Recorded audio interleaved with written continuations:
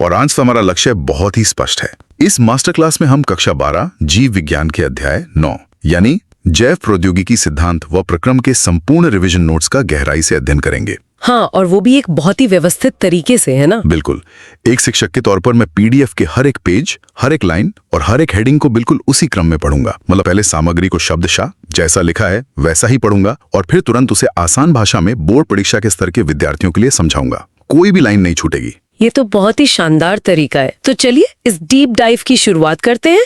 Page 1 से शुरू करते हैं। हाँ, तो पेज 1 और 2 पर सबसे पहली हेडिंग है जैव प्रौद्योगिकी क्या है। मैं लाइन पढ़ता हूँ। सूक्ष्म जीवों, पौधों या जंतुओं की कोशिकाओं या उनके अवयवों का उपयोग करके मानव के लिए उपयोगी उत्पाद या सेवाएं उत्पन्न करना। अच्छा, तो मतलब जीवों का इस्तेमाल करके अपने फायदे की चीजें बनाना। बिल्कुल।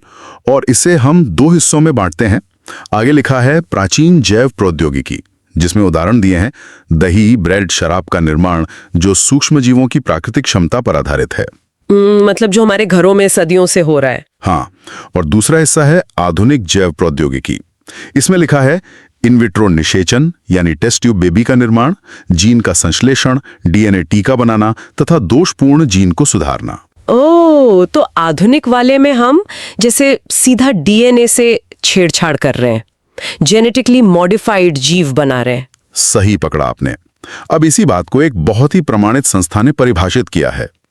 पीडीएफ में आगे EFB यानी यूरोपियन फेडरेशन ऑफ बायोटेक्नोलॉजी की परिभाषा दी गई है। उन्होंने क्या कहा है? मैं शब्दशः पढ़ता हूँ।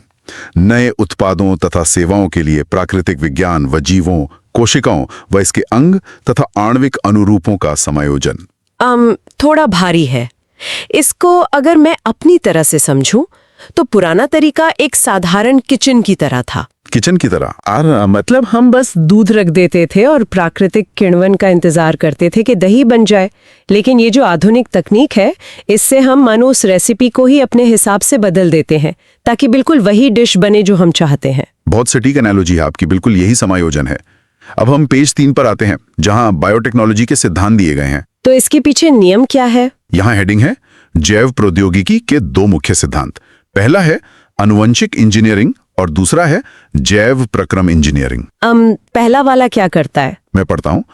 आनुवंशिक इंजीनियरिंग, इसके द्वारा आनुवंशिक पदार्थ डीएनए या आरएनए के रसायन में परिवर्तन कर उसे परपोषी जीवों में प्रवेश कराकर इसके समलक्षणी यानी फिनोटाइप में परिवर्तन किया जाता है। मतलब आसान भाषा में ये जानकारी या रेसिपी को बदलने के बारे में है। हमने डीएनए बदला और जीव का बाहरी रूप बदल गया। बिल्कुल। और दूसरा बिंदु है जैव प्रक्रम इंजीनियरिंग।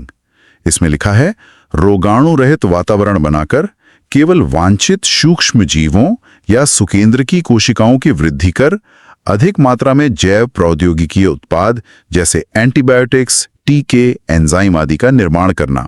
अच्छा, तो पहला काम है डीएनए बदलना और दूसरा काम है उस बदले हुए जीव को एक सुरक्षित और साफ माहौल में उगाना ताकि कोई और बैक्टीरिया उसमें ना मिल जाए। एकदम सही।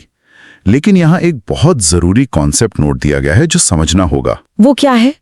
पीडीएफ कहता है कि अलैंगिक जनन आनुवांशिक सूचना को सुरक्षित रखता है, जबकि लैंगिक जनन से विभिन्नता आती है। हाँ, मतलब लैंगिक जनन से नए गुण आते हैं, पर हम फिर आनुवांशिक इंजीनियरिंग का इस्तेमाल क्यों कर रहे हैं? क्योंकि पारंपरिक लैंगिक जनन में हम वांछित जीन के साथ साथ अवांछित जीन भी ले आते हैं। मतलब जो गुण नहीं चाहिए वो भी आ जाते हैं।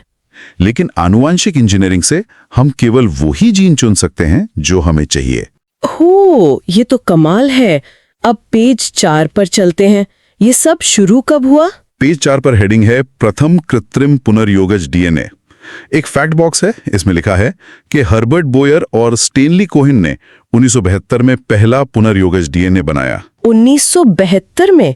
इन्होंने असल में किया क्या था? आगे लिखा है कि इन्होंने सैल्मोनेला टाइफीम यूरेनियम के प्लाज्मिड में प्रतिजैविक प्रतिरोधी जीन जोड़ा। प्रतिजैविक प्रतिरोधी मतलब एंटीबायोटिक से बचाने वाला जीन? हाँ। अब यहाँ चित्र में दिखाया गया है कि कैसे उन्होंने पहले एक बाहरी डीएनए को आणविक कैंची से काटा, फिर उसे एक वाहक जिसे प्लाज्मिड कहते हैं उसमें डीएनए लाइगेज नाम के गोंद से जोड़ा और अंत में उसे ई कोलाई नाम के बैक्टीरिया में स्थानांतरित कर दिया। रुकिए, आपने कहा आणविक कैंची, मतलब सच में कोई कैंची होती है? बिल्कुल, और यही पेज 5 का विषय है, साधन 1, प्रतिबंध एंजाइम। यही हमारी आणविक कैंची है। यहाँ लिखा है कि 1963 में ई कोलाई से 2 एंजाइम अलग किए गए जो बैक्टीरियोफेज की वृद्धि को रोकते थे। अच्छा। और लाइन है, इनमें से एक डीएनए में मैथिल समूह जोड़ता था जबकि दूसरा डीएनए को काटता था। इस काटने वाले को प्रतिबंध एंडोन्यूक्लियस कहा गया और हिंद 2 पहला प्रतिबंध एंडोन्यूक्लियस था। तो क्या ये कैंची डीएनए को कहीं से भी काट देती है? नहीं, यही तो इसकी खासियत है। यहाँ लिखा है कि हिंद 2 हमेशा डीएनए अणु को एक विशेष बिंदु पर ही काटता है जहां 6 क्षारक युग्मों का एक विशिष्ट अनुक्रम होता है। आज 900 से अधिक ऐसे एंजाइम ज्ञात हैं। वाओ, 900 से अधिक? लेकिन ये काटते कैसे हैं? नोट्स में 2 प्रकार बताए गए हैं।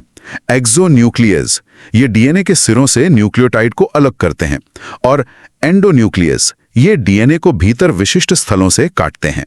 मतलब एक्सो वाला कोनों से काटता है और एंडो वाला बीच से। इनके नाम थोड़े अजीब हैं, जैसे कोई कोड हो। हाँ, इसके नामकरण का भी एक नियम है जो यहाँ दिया है। उदाहरण के लिए EcoRI, इसमें ई वंश यानी जीनस एस्चेरिचिया को दर्शाता है, को जाति यानी स्पीशीज कोलाई को दर्शाता है, आर प्रभेद यानी स्ट्रेन का नाम है, और आई का मतलब है कि यह उस जीवाणु से किस क्रम में अलग किया गया। बहुत ही व्यवस्थित है। लेकिन पेज 6 पर आते हैं। ये एंजाइम उस खास जगह को पहचानते कैसे हैं? पेज 6 की हेडिंग है पैलिंड्रोमिक अनुक्रम। यहाँ लिखा है, ये अक्षरों का ऐसा समूह है जिसे आगे और पीछे दोनों तरफ से पढ़ने पर एक ही शब्द बनता है। जैसे मलयालम? एकदम सही। मैं पढ़ता हूं, जैसे मलयालम। उसी तरह डीएनए में पैलिंड्रोम क्षारक युग्मों का ऐसा अनुक्रम है जिसे पढ़ने के विन्यास को समान रखने पर दोनों लड़ियों में एक ही तरह पढ़ा जाता है। कोई उदाहरण दिया है क्या पीडीएफ में? हाँ, EcoRI का अनुक्रम दिया है 5'GAATTC 3'।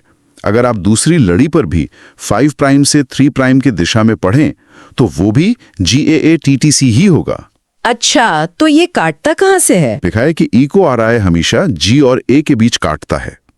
अब यहाँ चित्र में दिखाया गया है कि जब ये कैंची G और A के बीच से काटती है तो डीएनए के सिरे एकदम सीधे नहीं होते, वो थोड़े बाहर लटक जाते हैं। लटक जाते हैं? हाँ, चित्र में इन्हें चिपचिपे सिरे या स्टिकी एंड्स कहा गया है। और आगे दिखाया गया है कि कैसे डीएनए लाइगेज एंजाइम आकर इन चिपचिपे सिरों को एक साथ जोड़ देता है। मतलब ये पजल के टुकड़ों की तरह आपस में फंस जाते हैं। बिल्कुल। आप पेज 7 पर आते हैं। हेडिंग है साधन 2, जेल इलेक्ट्रोफोरेसिस। अब ये क्या है? हमने डीएनए काट तो लिया है। हाँ, पर उस कटे हुए छोटे से टुकड़े को अलग कैसे करेंगे? यहाँ सिद्धांत लिखा है, डीएनए ऋणात्मक आवेशित अणु होता है, इसलिए ये विद्युत क्षेत्र में एनोड यानी धनात्मक सिरे की तरफ भागता है। मतलब प्लस की तरफ खिंचता है। हाँ, और इसमें एगरोज जेल का इस्तेमाल होता है जो समुद्री घास से निकाला जाता है। लिखा है कि ये छलनी प्रभाव दर्शाता है जिससे छोटे टुकड़े तेजी से भागते हैं और आगे निकल जाते हैं। अच्छा, इसे अगर मैं एक दौड़ से जोड़ूं तो ये एगारोज जेल बाधाओं की तरह है, और जो धावक छोटा है, मतलब डीएनए का छोटा टुकड़ा, वो बाधाओं के बीच से जल्दी निकल जाता है। बिल्कुल सही। अब यहाँ चित्र में दिखाया गया है कि ये दिखता कैसा है, लेकिन एक बात है, साधारण रोशनी में डीएनए नहीं दिखता। यहाँ लिखा है, इथिडियम ब्रोमाइड और यूवी प्रकाश का उपयोग करने पर डीएनए की चमकीली नारंगी पट्टियां दिखाई देती हैं। नारंगी पट्टियां? तो फिर उसे निकालते कैसे हैं? यहाँ एक शब्द है शालन या इल्यूशन। डीएनए की पट्टियों को एगारोज जेल से काटकर बाहर निकालने की प्रक्रिया को शालन कहते हैं। तो अब हमारे पास हमारा काम का डीएनए टुकड़ा आ गया। आगे क्या? पेज 8, साधन 3, क्लोनिंग संवाहक यानी वेक्टर्स। आसान भाषा में ये वो गाड़ियां हैं जो हमारे डीएनए को परपोषी कोशिका के अंदर ले जाती हैं। कौन सी गाड़ियां? यहाँ प्लाज्मिड और जीवाणु भोजी का जिक्र है। इनमें गुणसूत्रीय डीएनए से स्वतंत्र होकर प्रतिकृति यानी रेप्लिकेशन करने की क्षमता होती है। तो एक अच्छे संवाहक या गाड़ी में क्या क्या होना चाहिए? इसके 3 मुख्य भाग लिखे हैं। पहला, प्रतिकृति का मूल ORI। यह वह अनुक्रम है जहां से प्रतिकृति की शुरुआत होती है और यह कॉपी संख्या को नियंत्रित करता है। मतलब इंजन जो तय करता है कितनी कॉपियां बनेंगी। सही कहा। दूसरा है वर्ण योग्य चिन्हक, सिलेक्टेबल मार्कर। यह अरूपांतरज नॉन ट्रांसफॉर्मेंट्स को पहचानने और नष्ट करने में मदद करता है। और तीसरा है क्लोनिंग स्थल, क्लोनिंग साइट्स। बाहरी डीएनए को जोड़ने के लिए एक पहचान स्थल होना चाहिए। तो ये 3 चीजें जरूरी हैं। क्या पीडीएफ में इसका कोई वास्तविक उदाहरण दिया है? हाँ, पेज 9 पर पूरा फोकस ई कोलाई क्लोनिंग संवाहक PBR 322 पर है। यहाँ चित्र में दिखाया गया है PBR 322 का पूरा नक्शा। ये कैसा दिखता है? ये एक गोल आकार का है। इसमें सभी हिस्सों के नाम हैं, जैसे ORI, रोप और बहुत एंजाइम एंजाइम के कटने की जगहें, जैसे बैमेचाई, सालाएं, और सबसे महत्वपूर्ण 2 सिलेक्टेबल मार्कर हैं, एम्पायर और टेटार। हाँ, AMPR और TATR क्या है? ये एंटीबायोटिक प्रतिरोधी जीन है। एम्पिसिलिन और टेट्रासाइक्लिन दवाओं से बचाने वाले। अब यहाँ एक बहुत ही महत्वपूर्ण बॉक्स है, निष्क्रियण, इंसर्शनल इनएक्टिवेशन। मैं इसे शब्दशः पढ़ता हूँ। हाँ, बताइए। यदि हम बाहरी डीएनए को बैमेचाई स्थल पर, जो कि टेटासीआर जीन में स्थित है, वहां जोड़ते हैं, तो पुनर्योगज प्लाज्मिड टेट्रासाइक्लिन प्रतिरोधक क्षमता खो देगा। 1 मिनट, अगर हम बाहरी डीएनए को टेट्रासीआर वाली जगह पर जोड़ देंगे तो वो जीन तो टूट जाएगा ना, फिर तो वो बैक्टीरिया मर जाएगा। हम ऐसा क्यों करेंगे? यही तो चालाकी है। हम उसे जानबूझकर तोड़ रहे हैं ताकि हम रिकॉम्बिनेंट यानी पुनर्योगज की पहचान कर सकें। अगर वो टेट्रासाइक्लिन वाली प्लेट में मर जाता है तो इसका मतलब है कि हमारा बाहरी डीएनए बिल्कुल सही जगह पर जा जुड़ा है। ओह, हम खराबी पैदा करके अपनी सफलता चेक कर रहे हैं। बिल्कुल, लेकिन पेज 10 पर लिखा है कि यह प्लेटिंग वाला तरीका बहुत मुश्किल है। हेडिंग है विकल्प, रंग द्वारा चयन। रंगों से ये कैसे होता है? यहाँ लिखा है एंटीबायोटिक्स वाली प्लेटिंग कठिन होती है, इसलिए ब्लू व्हाइट स्क्रीनिंग बेहतर है। इसमें बाहरी डीएनए को बीटा गैलेक्टोसिडेज एंजाइम बनाने वाले जीन के बीच में जोड़ा जाता है।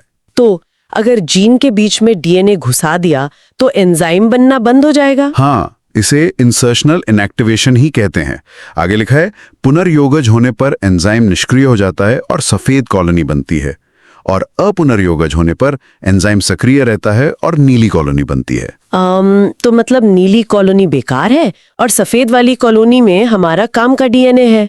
यहाँ चित्र में दिखाया गया है ये सब। हाँ, यहाँ चित्र में दिखाया गया है एक प्लेट जिसमें कुछ नीली और कुछ सफेद कॉलोनियां हैं और उन्हें स्पष्ट रूप से लेबल किया गया है। ये तो बहुत आसान हो गया। लेकिन अब पेज 11 पर चलते हैं। हमने डीएनए को गाड़ी में बैठा तो लिया, पर वो कोशिका के अंदर कैसे जाएगा? यही हेडिंग है साधन 4, सक्षम पर कोशिका निर्माण। मैं पहली लाइन पढ़ता हूँ। चूंकि डीएनए एक जलरागी अणु है, इसलिए यह कोशिका झिल्ली से नहीं गुजर सकता। जलरागी मतलब उसे पानी पसंद है, लेकिन झिल्ली तो फैट की बनी है, तो हम उसे अंदर कैसे धकेलते हैं? यहाँ 4 विधियां दी गई हैं। मैं पढ़ता हूं और यहाँ चित्र में दिखाया गया है, उन्हें एक एक करके समझाता हूं। पहली है रासायनिक विधि। इसमें जीवाणु को कैल्शियम जैसे द्विसंयोजक आयन से उपचारित करते हैं, फिर डीएनए और कोशिका को बर्फ पर रखते हैं, फिर 42 डिग्री सेल्सियस पर हीट शॉक देते हैं और फिर वापस बर्फ पर। अचानक से गर्मी और सर्दी। हाँ, इससे झिल्ली में छेद हो जाते हैं और डीएनए अंदर चला जाता है। दूसरी विधि है सूक्ष्म अंतःक्षेपण, माइक्रो इंजेक्शन। इसमें पुनर्योजित डीएनए को सीधे जंतु कोशिका के केंद्रक में इंजेक्ट किया जाता है। चित्र में एक बारीक सुई केंद्रक के अंदर जाती दिख रही है। और पौधों के लिए? पौधों के लिए तीसरी विधि है बायोलिस्टिक या जीन गन। इसमें सोने या टंगस्टन के सूक्ष्म कणों पर डीएनए का लेप करके पादप कोशिकाओं पर बमबारी की जाती है। सच में गोलियों की तरह दागते हैं? बिल्कुल। और चौथी विधि है अनारणिक रोगजनक। इसमें एग्रोबैक्टीरियम के टी प्लाज्मिड का उदाहरण है। रोगजनक को अनारणिक बनाकर उसका उपयोग डीएनए को कोशिका में स्थानांतरित करने के लिए किया जाता है। मतलब बीमारी फैलाने वाले बैक्टीरिया को सुधार कर उसे डिलीवरी बॉय बना दिया। बहुत खूब। तो अब हमारे पास सारे साधन आ गए। पेज 12 से क्या शुरू हो रहा है? यहां से शुरू होते हैं आरडीएनए तकनीक के प्रक्रम। ये 7 चरण हैं। पहला प्रक्रम है डीएनए का पृथक्करण। तो डीएनए निकालते कैसे हैं? लिखा है कि सबसे पहले कोशिका भित्ति तोड़ने के एंजाइम चाहिए। बैक्टीरिया के लिए लाइसोजाइम, प्लांट सेल के लिए सेलुलेज और फंगस के लिए काइटिनेज। और बाकी कचरा कैसे हटाते हैं? आरएनए को राइबोन्यूक्लियेज और प्रोटीन को प्रोटीएज द्वारा हटाया जाता है। और अंत में विशुद्ध डीएनए को चिल्ड इथेनॉल यानी ठंडी शराब मिलाने पर अवक्षेपित किया जाता है। तो इथेनॉल डालते ही क्या होता है? यहाँ चित्र में दिखाया गया है कि स्पूलिंग प्रक्रिया में कैसे चिल्ड इथेनॉल मिलाने पर डीएनए महीन धागों के गुच्छे के रूप में अलग हो जाता है, जिसे कांच की छड़ से निकाल लिया जाता है। धागों जैसा डीएनए। फिर पेज 13 पर क्या है? प्रक्रम 2 है पीसीआर, पॉलीमरेज श्रृंखला अभिक्रिया। Polymerase chain reaction. ये जीन की करोड़ों प्रतिलिपियां बनाने की मशीन है। ये कैसे काम करती है? इसके 3 चरण लिखे हैं। पहला, निष्क्रियकरण यानी डिनेचुरेशन, जो लगभग 94 डिग्री सेल्सियस पर होता है। दूसरा, तापानुशीलन यानी एनीलिंग, लगभग 54 डिग्री सेल्सियस पर। और तीसरा, विस्तार यानी एक्सटेंशन, लगभग 72 डिग्री सेल्सियस पर। रुकिए, 94 डिग्री। इस तापमान पर तो हमारे एंजाइम उबल जाएंगे। बिल्कुल, इसीलिए यहाँ एक बॉक्स में बहुत महत्वपूर्ण एंजाइम के बारे में लिखा है, टैक पॉलीमरेज। इसे थर्मस एक्वाटिकस नामक जीवाणु से प्राप्त किया जाता है, जो उच्च तापमान पर भी सक्रिय रहता है। अरे वाह, प्रकृति में हर चीज का समाधान है। हाँ, अब मान लीजिए हमने अपना जीन परपोषी में डाल दिया। प्रक्रम 3 है बाहरी जीन उत्पाद को प्राप्त करना। इसके लिए पेज 14 पर बायोरिएक्टर का विवरण है। बायोरिएक्टर लिखा है, ये बड़े बर्तन 100 से 1000 लीटर के समान होते हैं, जिनमें सूक्ष्म जीवों, पौधों या जंतु कोशिकाओं का उपयोग करके कच्चे माल को विशिष्ट उत्पादों, एंजाइम आदि में बदला जाता है। मतलब ये बहुत बड़ी फैक्ट्री के टैंक जैसे होते हैं। हाँ, यहाँ चित्र में दिखाया गया है 2 प्रकार के बायोरिएक्टर। पहला है साधारण विलोड़ित हौज स्टर्ड टैंक, जिसमें एक पंखा घूमकर मिश्रण को मिलाता है। और दूसरा है दंड विलोड़ित, जिसमें नीचे से हवा के बुलबुले छोड़े जाते हैं ताकि ऑक्सीजन मिल सके। और इनमें कुछ कंट्रोल सिस्टम भी होता होगा? बिल्कुल, लिखा है कि इनमें तापमान नियंत्रण, पीएच नियंत्रण, झाग नियंत्रण और ऑक्सीजन प्रदाय व्यवस्था होती है। तो हमारी दवा टैंक में बन गई। अब पेज 15 पे क्या है? क्या हम सीधे से बाजार में भेज देंगे? नहीं, प्रक्रम 4 है अनुप्रवाह संसाधन, डाउनस्ट्रीम प्रोसेसिंग। उत्पाद को बाजार में भेजने से पहले कई प्रक्रियाओं से गुजरना पड़ता है। इसमें क्या क्या शामिल है? लाइन से लिखा है पृथक्करण सेपरेशन, फिर शोधन प्योरिफिकेशन, फिर परिरक्षण प्रिजर्वेशन और फिर गुणवत्ता नियंत्रण। यहाँ चित्र में दिखाया गया है। इन सभी चरणों के आइकन लाइन से बने हैं, जो उत्पाद को अंतिम रूप देते हैं। और अगर कोई दवाई हो तो? यहाँ एक बहुत स्पष्ट लाइन है, औषधि के मामले में चिकित्सीय परीक्षण क्लिनिकल ट्रायल्स अनिवार्य होता है। इसके बिना वो अंतिम उत्पाद नहीं बन सकता। मतलब पूरी सुरक्षा जांची जाती है। हाँ, और अंत में पेज 16 पर इस पूरे चैप्टर का सारांश और परीक्षा टिप है। सारांश में क्या है? से तैयार करें। तो छात्रों के लिए ये बहुत महत्वपूर्ण है। तो ये था हमारा पूरा सफर।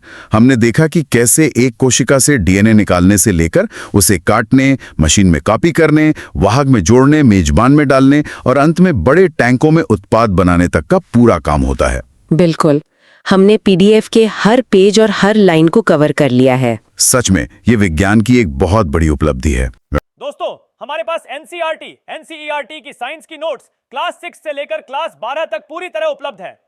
आप इन सभी पीडीएफ नोट्स का प्रिंट आउट भी निकलवा सकते हैं और ये सभी सामग्री बहुत ही कम कीमत में प्रदान की जा रही है। आपको यह भी मालूम होना चाहिए कि लगभग सभी प्रतियोगी और स्कूल स्तर की परीक्षाओं में पूछे जाने वाले प्रश्न एनसीईआरटी से ही आते हैं, इसलिए यह सामग्री आपके लिए बेहद उपयोगी साबित होगी।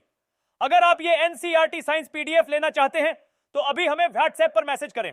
व्हाट्सएप नंबर 7739541921 आपकी तैयारी को मजबूत बनाने के लिए हम हमेशा आपके साथ हैं।